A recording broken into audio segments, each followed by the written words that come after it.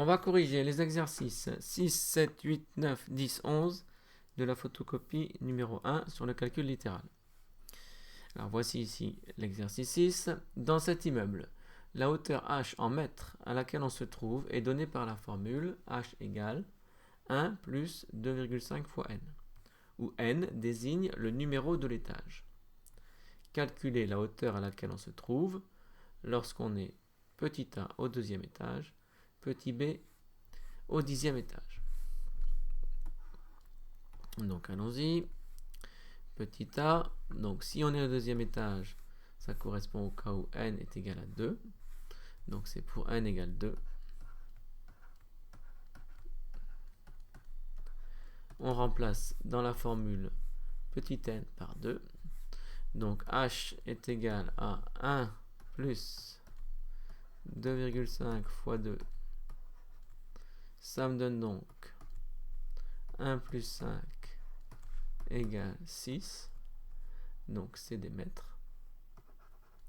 Donc par conséquent, la hauteur est de 6 mètres quand on est au deuxième étage. Petit b, donc cette fois-ci c'est pour n égale 10, c'est quand on est au 10e étage. Dans ce cas-là, la hauteur petit h, c'est égal à 1 plus 2,5 fois 10. Donc 1 plus 25 égale 26 mètres. Donc voilà, alors on voit pourquoi, là on peut imaginer dans cet étage, vous voyez que vous avez 1 mètre ici, donc pour tous les étages, et que à partir du premier étage, on prend 2,5 mètres par étage.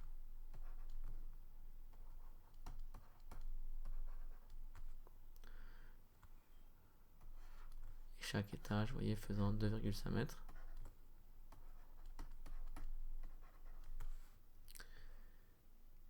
Et donc au premier étage, eh bien on est ici. Donc à 3,5, etc., etc. Quand on est au deuxième étage, on est ici. Donc à 6 mètres. Passons à l'exercice 7. Sur un site internet, un t-shirt est vendu 8 € et les frais de port coûtent 10 €. Léo a écrit la formule P égale 8 fois Y plus 10. Petit a, que désigne P et Y pour cette situation? Bon, clairement, P désigne le prix payé et Y désigne le nombre de t-shirts vendus, chaque t-shirt étant vendu 8 €. Donc P représente le prix payé, ou à payer, représente le prix à payer,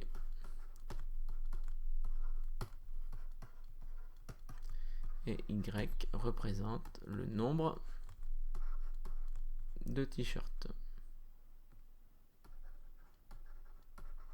Le nombre de t-shirts, chaque t-shirt étant vendu 8 €. Donc petit b, on peut calculer un cas particulier. Donc pour y égale 2, eh bien, donc quel est le prix payé pour 2 t-shirts? Sachant qu'il faut compter les frais de port. Donc pour y égale 2, le prix payé va être égal à 8 fois y plus 2, donc 2 fois y. Enfin 8 fois 2.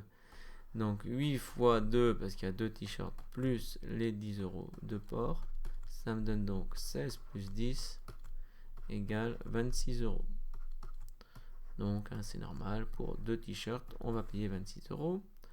Ensuite, pour Y égale 6, donc quand on achète 6 t-shirts, cette fois-ci le prix payé, eh bien ça va être 8 fois 6 plus 10, autrement dit 48 plus 10, autrement dit 58 €. Voici pour l'exercice 7. Passons maintenant à l'exercice 8. Donc dans chaque cas, exprimer la longueur du segment AB en fonction de x.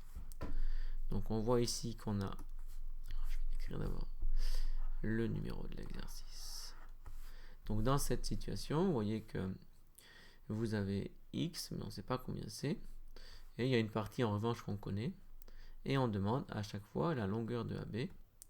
Donc c'est AB sans segment, hein, sans crochet pour la longueur du segment. Donc dans le petit a, AB c'est tout ça. Donc il faut faire la longueur de AC, autrement dit x, parce que ça on ne le connaît pas, ça peut varier, plus 8.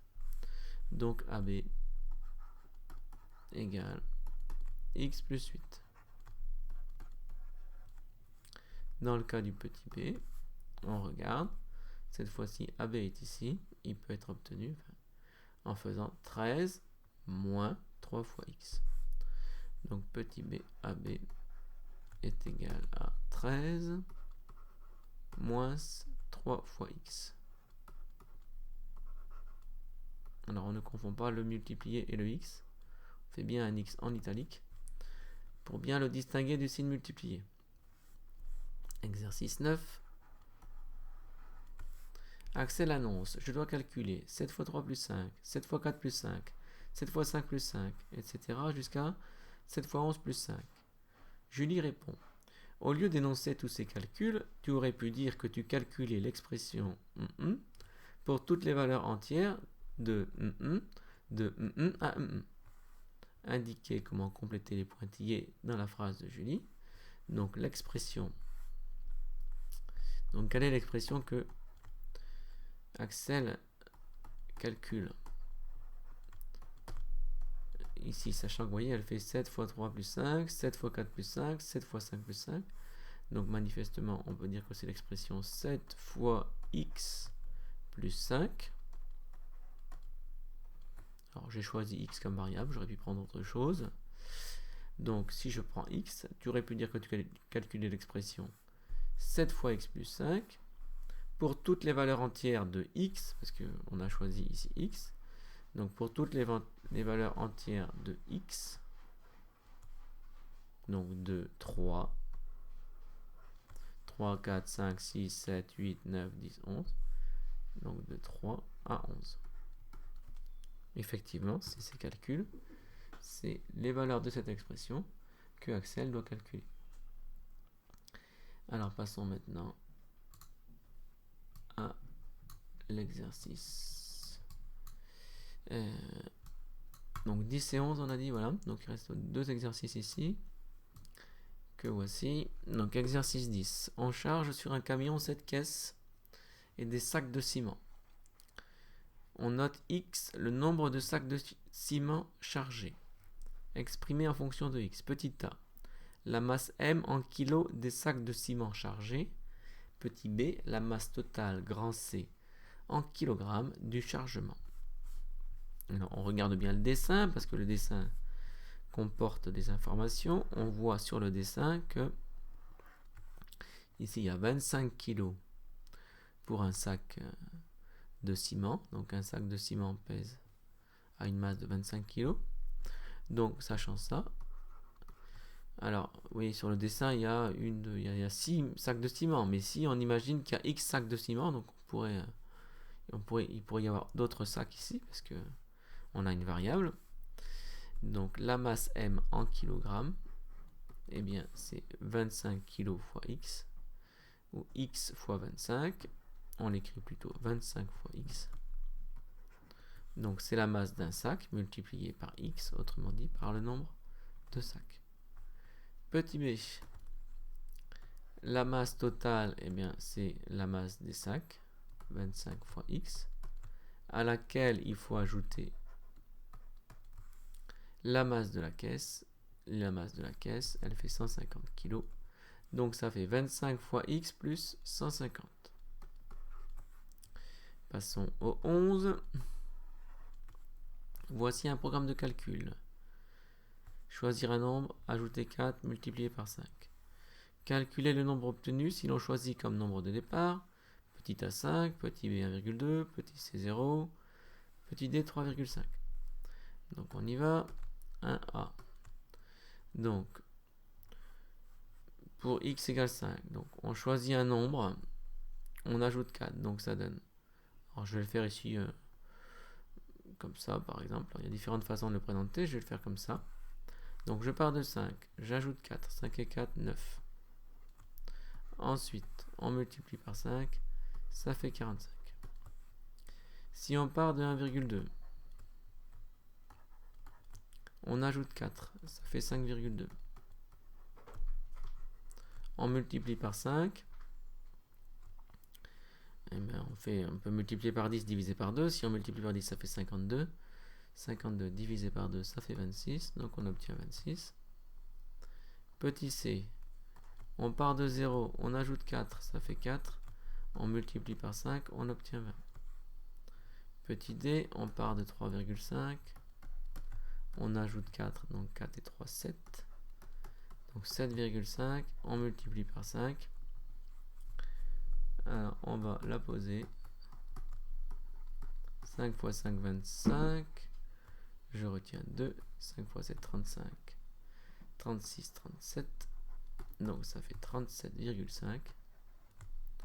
Donc voici les valeurs obtenues pour ces différentes valeurs de départ. Petit 2. On note petit n le nombre choisi au départ, exprimer le résultat obtenu en fonction de n. Bien, on est parti de n, on a ajouté 4, et ensuite on a multiplié par 5. Mais attention, si on l'écrit comme ça, la multiplication va être prioritaire, et donc on va faire 4 fois 5, et on va ajouter n. Et c'est pas ce qu'on veut, donc il faut ajouter des parenthèses autour de n plus 4. Voici l'expression qui donne le résultat obtenu en fonction de n, c'est n plus 4, entre parenthèses, fois 5, ou si on préfère, 5 fois, entre parenthèses, n plus 4.